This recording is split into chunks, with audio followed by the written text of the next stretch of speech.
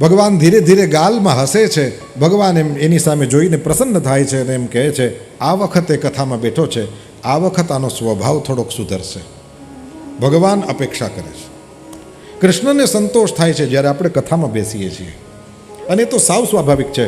તમે પડદાની પાછળ હો અને અહીંયા બે જણા તમારા વિશે સારી વાતો કરતા હોય, કરવી જ જોઈએ.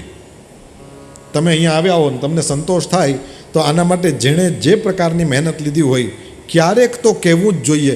જો બરાબર ન હોય તો આપણે કહીએ છીએ ને, દાળમાં કોકમ બહુ હતા નહીં, પણ તું છેલ્લે ગયો તો અને તેને લેતા ન આવડી, બાકી તો ડોલ ઊંચી કરી હોત તો દાળ જ આવત, પછી હાથે કરીને ભર્યા કોકમ. બરાબર ન હોય તો આપણે તરત બોલીએ છીએ. એટલે જો બરાબર લાગે તો તરત જ કરનારાઓને કહેવું જોઈએ, તમે સારું કર્યું ભાઈ, અમને લાભ આપ્યો, તમે લોકોએ ઘણી મહેનત કરી, તમે અમને લાભ આપ્યો. યાદ રાખજો પ્રભુ, રાઈટ ટાઈમે આપેલી એક શાબાશી 100 સારા નવા કામ કરાવે, અને રાઈટ ટાણે શાબાશી નહીં આપો તો 100 સારા કામ થતાં અટકશે.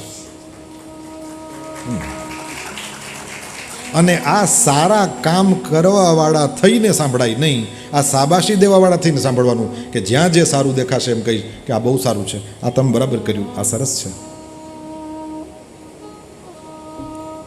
જ્યારે જે વસ્તુ યોગ્ય થયું હોય એ સમયે કહેવું જોઈએ. એમ જ્યારે આપણે ભગવાનની વાતો કરીએ કે પરમાત્માએ આવું કામ કર્યું, શબરીને, સુદામાને, વિભીષણને, હનુમાનજીને બધાના ઉપર કૃપા કરી, ત્યારે ઊભા ઊભા ભગવાન પ્રેમથી મહારાજને યાદ કર્યા એટલે મહારાજની ભાષામાં એ ગાલમાં ધીરે ધીરે હસે છે.